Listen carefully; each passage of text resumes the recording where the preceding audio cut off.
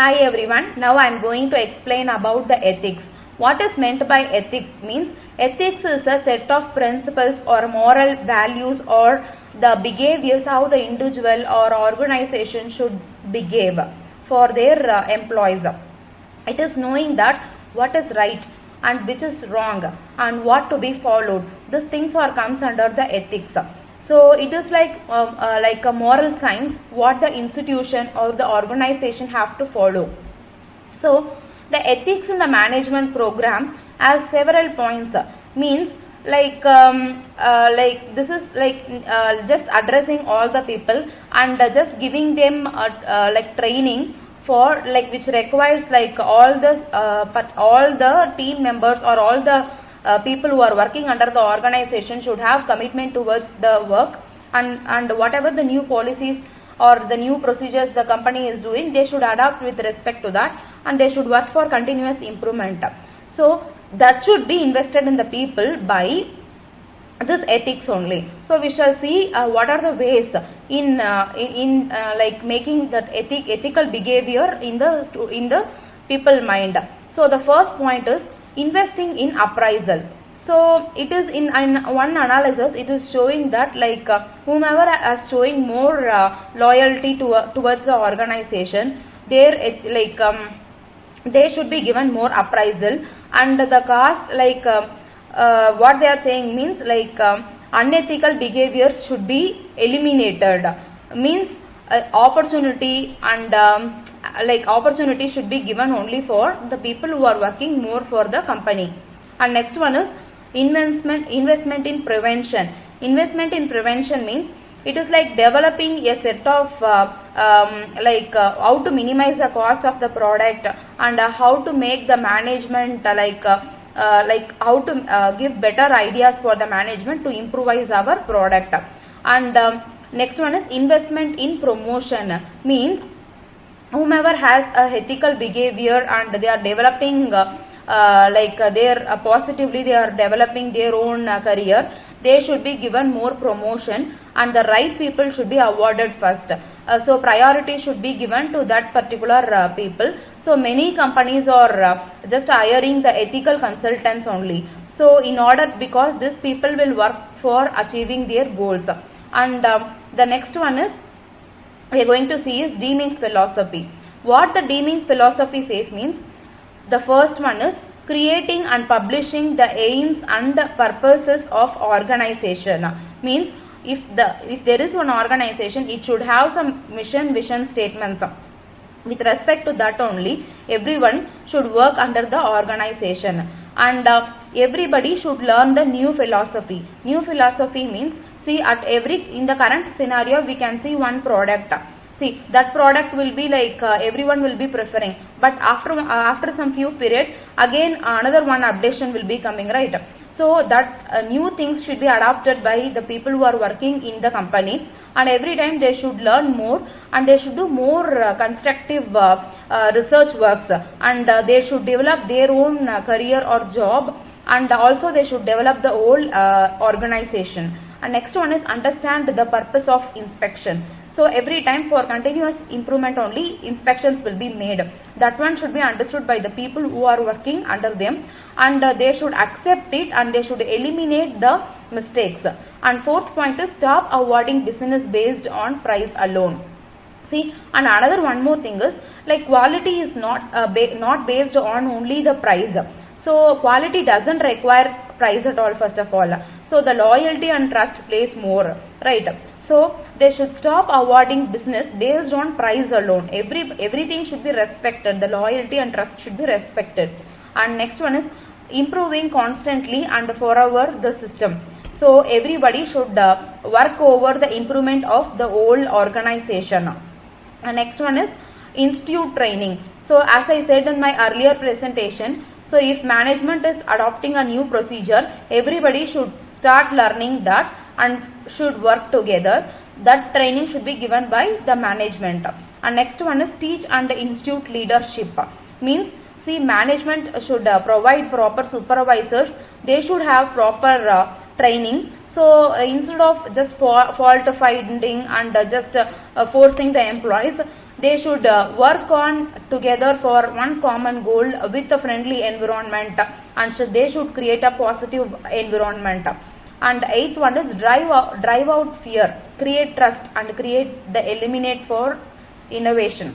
Create the climate for innovation means, see, the fear should be driven out by the laborers who are working there, because if they doesn't have the conscious about, like, if they are like providing more ideas, that should be awarded or rewarded, that should be considered by the management, because the fear caused in the people, that like based on the job security, they will not come up. So management should promise the job security, and also the possible promotions should be made over there. So the working people will come up with a possible solution, and the perfect like performance appraisals, and everything should be made at proper time, because this one will implement in the success of the product. So everything like they should create a trust on the employees, and they need to create a climate for innovation. Everybody should think like their own management or their own organization, and optimize the efforts of teams, groups, and staff areas. Yes, as I said, the efforts of teams or the groups or the staffs who works should be like that should be taken into account, that should be considered. The barriers among the levels of management should not be there. Everybody should work together, and there shouldn't be any improper communication. So the based on their vision and mission statement, everybody should work together. This is the objective. And next one is eliminate exhortations for the workforce.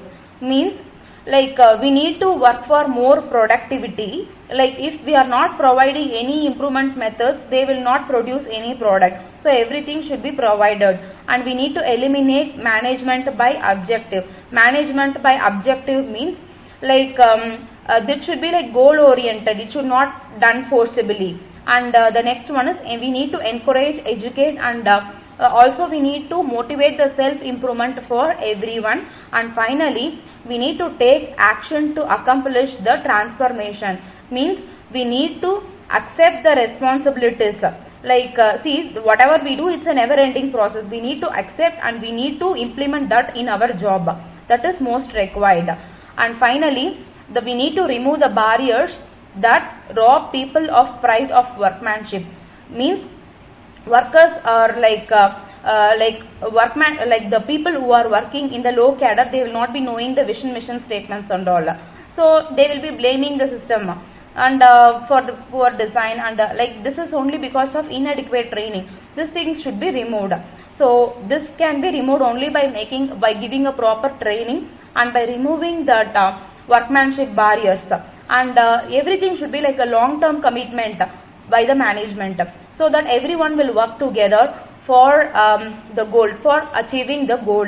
So these are all the things that is required for right ethical behavior, or to make success in the organization.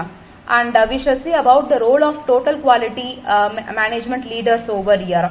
So they need to provide the opportunity for everyone, as I said in my previous presentation. And now I am going to explain about the role of total quality management leaders. What they have to do means they need to provide opportunity for everyone in the organization, for like everyone who works in the teams, or to develop the solution, or any business problem happens, everybody should have the decision making authority. Means it should be in a healthy way, and they need to provide skills to implement the quality control techniques, and they need to make an environment of actively participating. And also they should visit the departments within the organization, and they need to break the barriers, and they need to make a proper decisions. And also they need to work for the quality improvement by doing so many research works, and also a proper training should be given to all the employees working in the institution.